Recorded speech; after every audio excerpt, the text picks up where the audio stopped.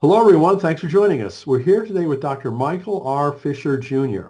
Michael is assistant professor in the political economy of race and racism in the Department of African American and African Studies at The Ohio State University. He has research appointments at the Metropolitan Policy Center at American University, the National Initiative of Mixed Income Communities at Case Western Reserve University, and the Institute for Gender Studies at the University of South Africa. He's also a 2023-2025 Public Fellow with the Public Religion Research Institute, also known as PRRI, and a 2023 Pardee Rand Faculty Leader Fellow, and a 2022-23 Public Voices Fellow with the Op-Ed Project. He also serves as a founding steering committee member of the DC Legacy Project, Berry Farm, Hillsdale, a group dedicated to uplifting the Black-led struggle for land and housing in DC. Dr. Fisher is editor of a new book called Confronting Racism and White Supremacy in the U.S., 21st Century Theological Perspectives, which is a collection of essays on contemporary issues in the ongoing fight against racial oppression and inequality in the U.S., published by Friendship Press. He's currently working on a first monograph titled Black Community Building, Public Housing Reform and the Promise of an Alternative Model to Mixed Income Neighborhoods. You can learn more about all of Michael's work at mrfisherjr.com. So Michael, thank you so much for joining us, and many congratulations on all your work. Thank you, Brian. It's good to be in conversation with you. Well, same here. Your book is quite an effort, and all of your work looks like it's much needed and probably difficult and challenging, though, as well. It certainly takes a commitment and many nights of good rest to make up for the nights of no sleep where I'm thinking about a lot of these issues. Well, we've got so many difficult and tractable problems in our country. And when I see someone who's actually doing something about it, not just talking about it, that is what really impresses me and encourages me about the future. So I'm very glad, for your work and actually doing something about it. I appreciate it. I often think that, I often say, the struggle for justice, both economic, racial, gender, and the like, is best forged together. And so I'm just, one member of a team of folk globally, domestically, who are committed to helping to make this world a better place as much as one can in one's lifetime. So I'm within the tradition of justice advocates, and so I just see myself extending the work that was begun before me. Mhm, mhm. So, other than the things I touched on, is there anything else that you'd like people to know about you? Um, I mean, you mentioned all, the main stuff. So I'm trained as an interdisciplinary scholar. Ethics and public policy is my large area of focus. I have two primary specializations in race policy and socioeconomic inequality in race and religion. So this project for the book that we'll be talking about today comes out of my race and religion work, and I could say more about that if there's an opportunity Sure, to. absolutely. Absolutely. So I assume that you were happy about the national championship game? Probably shouldn't say this, but I mean, I was happy for my students, right? I'm indifferent, but I was happy for my students because many of them were excited. I did not watch the game myself, and I told my students, win or lose, we would still be having class. Um, but I'm happy for them that we were able to bring home a championship. So go Bucks. I feel like that's obligatory. Go Bucks. Yes, yes, yes. So, before we get into, your book that we're going to talk about, can you tell us more about, your teaching and your other work? Yeah, so at Ohio State, I'm in the Black Studies department, technically named African American and African Studies.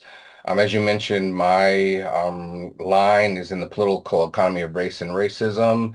And so basically in the department, I teach our classes on race, not exclusively so. Obviously have other colleagues who teach on similar topics. But in terms of the classes that I teach, they're primarily on some aspect of race. So this semester I'm teaching a class on theorizing race, looking at different theories for understanding what race is or has been or how it's been understood in the modern West. I teach that class quite often.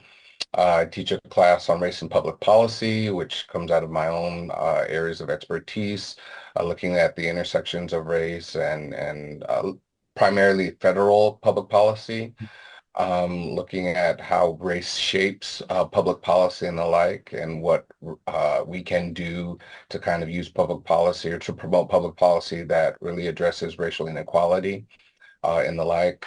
I'm hoping to teach a class on race, wealth, and inequality in the United States that looks at the racial wealth gap and how that's been forged and framed, particularly in the context of the United States. I'm hoping to teach that in the next year or so. So generally speaking, my courses look at race along, or particularly in the context of the United States, but also abroad. Hmm.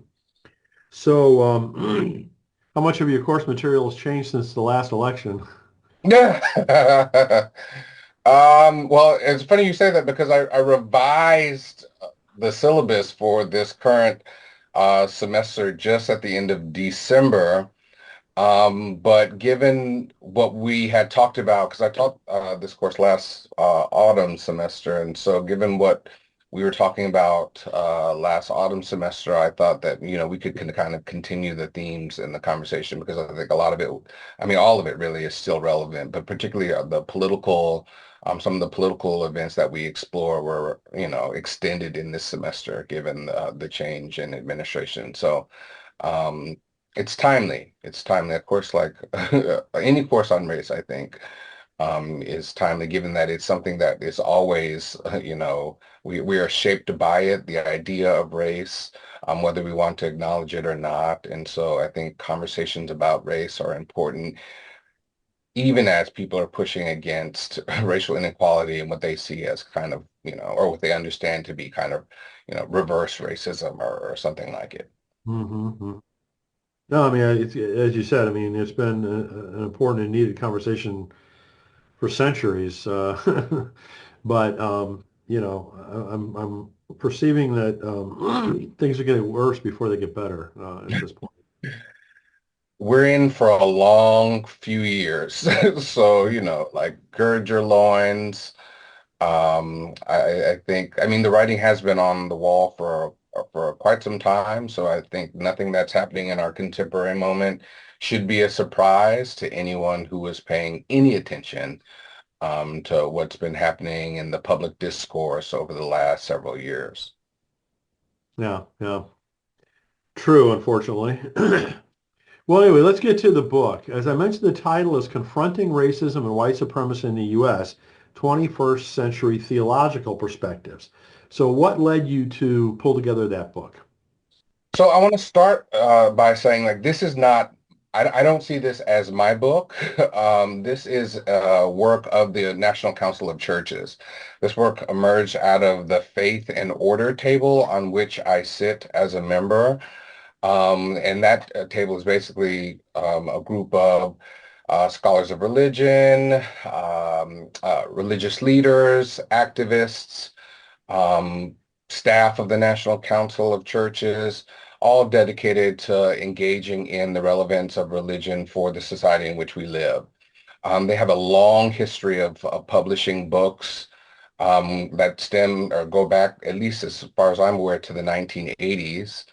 So this was a work of the Faith and Order table that falls in a long line of scholarship that has come out of this very group over the last several decades. And so I was honored to not only sit at the table, but kind of be asked to kind of be the general editor for this work. And it has been, a labor of love. It's been nice to be able to engage with my colleagues on, issues of racism, white supremacy, not because it's a nice topic to discuss, but because I'm sitting at a table, both literally and figuratively, with people who are committed to pushing forward racial and economic justice.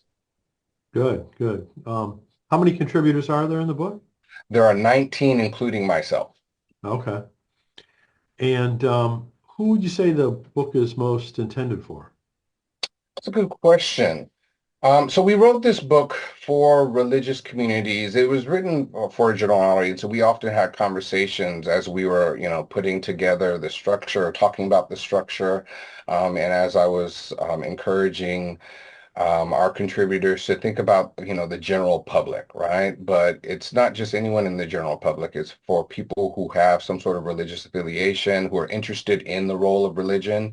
So it is an academic book, but we really wanted to make sure that it was relevant for people beyond the academy, beyond, seminary and divinity schools. Although, many of us wrote with seminary and divinity schools in mind. But really for religious communities, we might use the phrase on the ground, who are dealing with the everyday issues of racism, white supremacy, and its, tendrils, thinking through what this text could mean for them as they live out their daily lives. Hmm.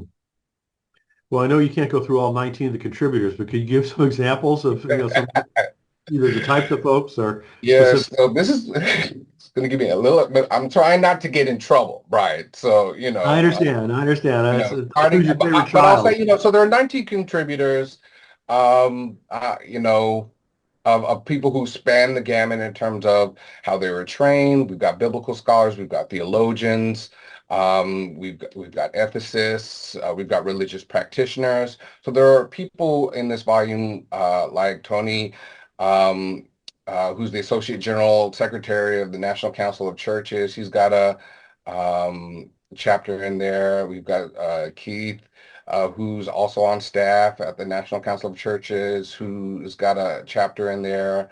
Other people like Wiltney Wilkinson Areche, who's a theologian and Presbyterian pastor, and is one of the associate editors, I should say, for this book, is on there. People from the Reformed Church in America. I mean, if I start naming names, they're going to really, and I've already started, right? So stop naming names so that when they see this, they're like, he didn't say my name. But there are just contributors from a gamut that have all, who all sit on the Faith and Order table, and have been working on this volume for the past several years. Hmm, hmm.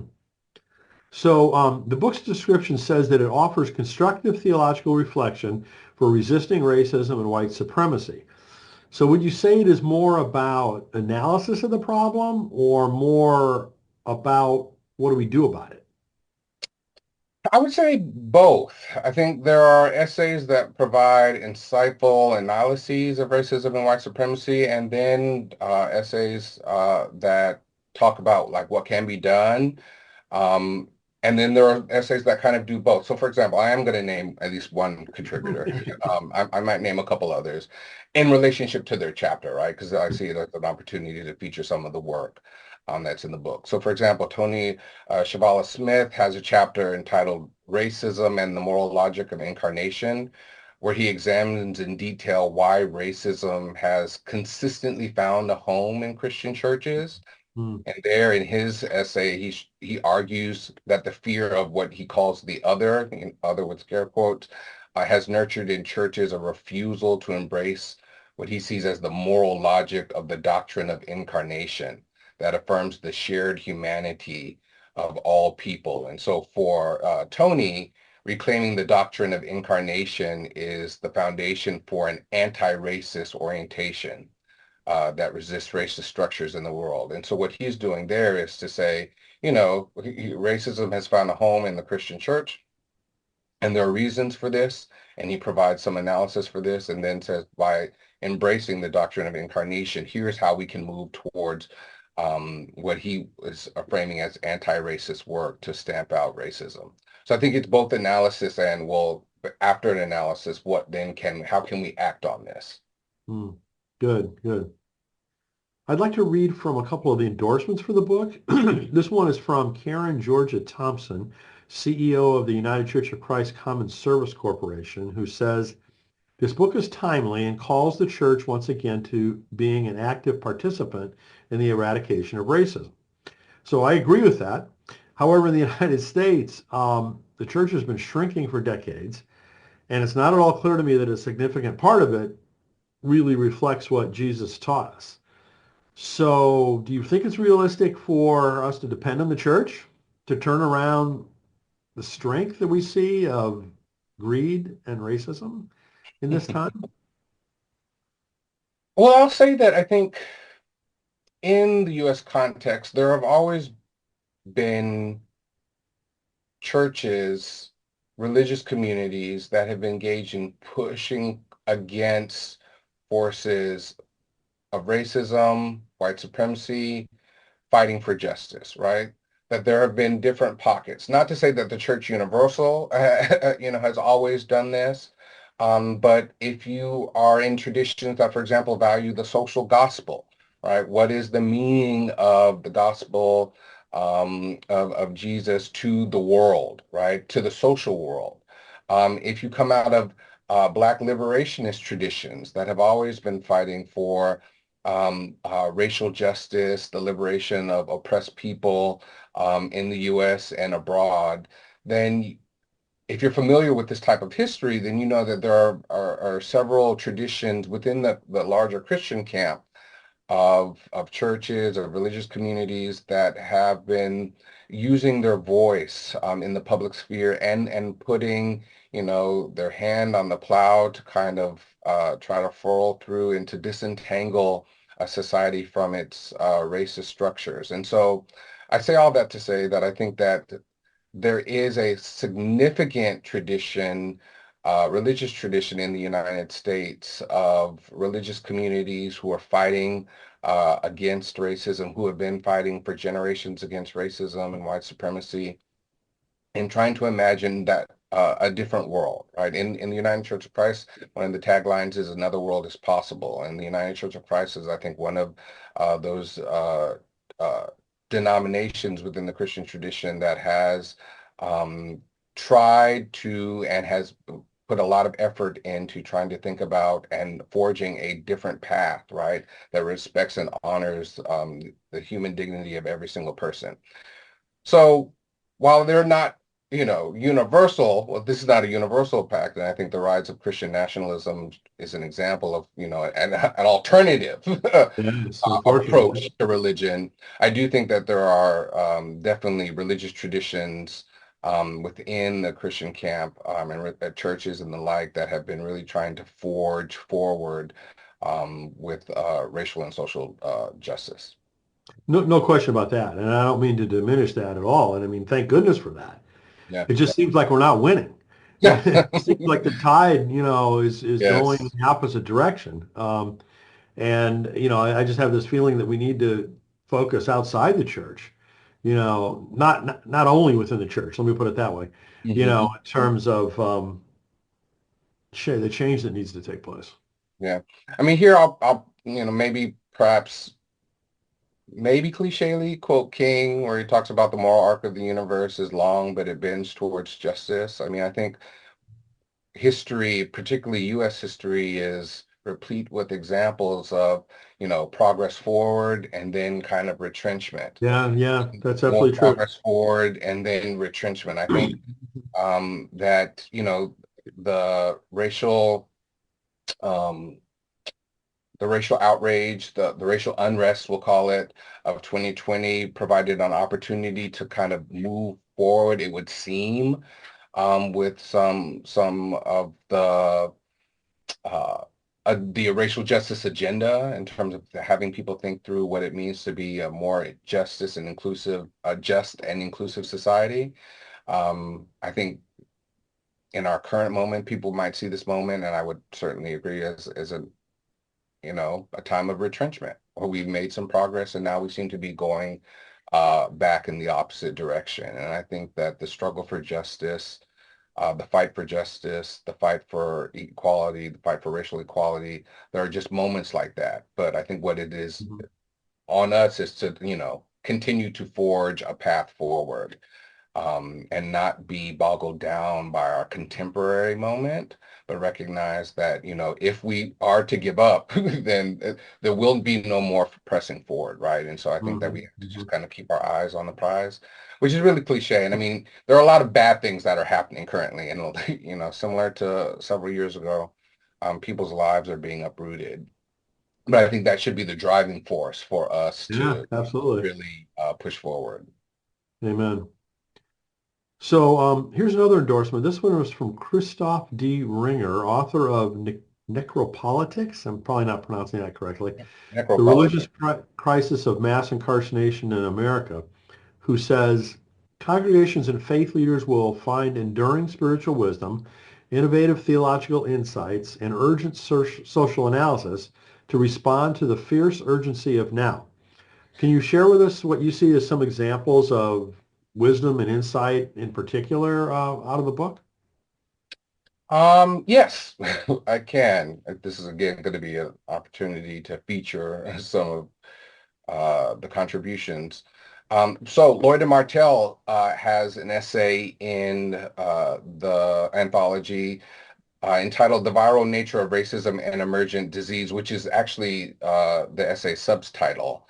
Hmm. But there she considers racism in the context of the global pandemic. So I think it's actually a really timely Hmm. piece because we're not that far removed from the lockdowns and the global pandemic. And in that essay, she argues that there were actually two concurrent pandemics, COVID-19 and racism, that she thinks are and sees as deeply intertwined and compounded by the devaluing of human life in a capitalist society. And so what she wants to do in that chapter is talk about that in some detail. And then inspired by the biblical concept of Jubilee, Martell crafts a kind of theological response that combats the viral plagues of racism and individualism.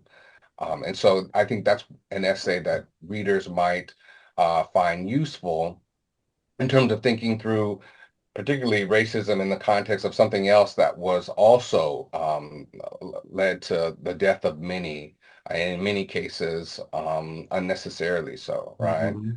Um, the, mis- uh, there's another essay in there by Paul Tajay entitled A Homiletic Reflection on Reparations. And in that essay, he considers the case for reparations for Black Americans.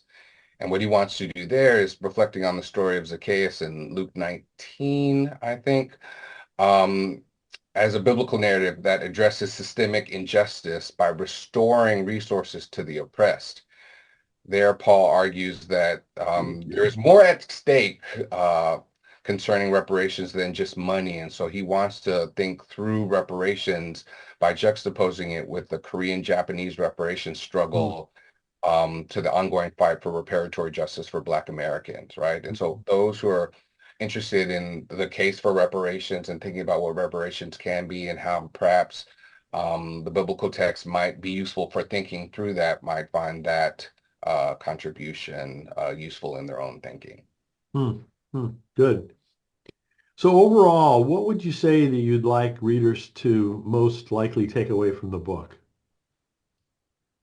Um, I would probably say that religion and Christianity in particular has both enabled and combated racism and white supremacy. And here I've been using, these terms interchangeably, though analytically they can be different depending on, who you're using to think about what racism is or who you're using to think about what white supremacy is. That's a conversation for another time.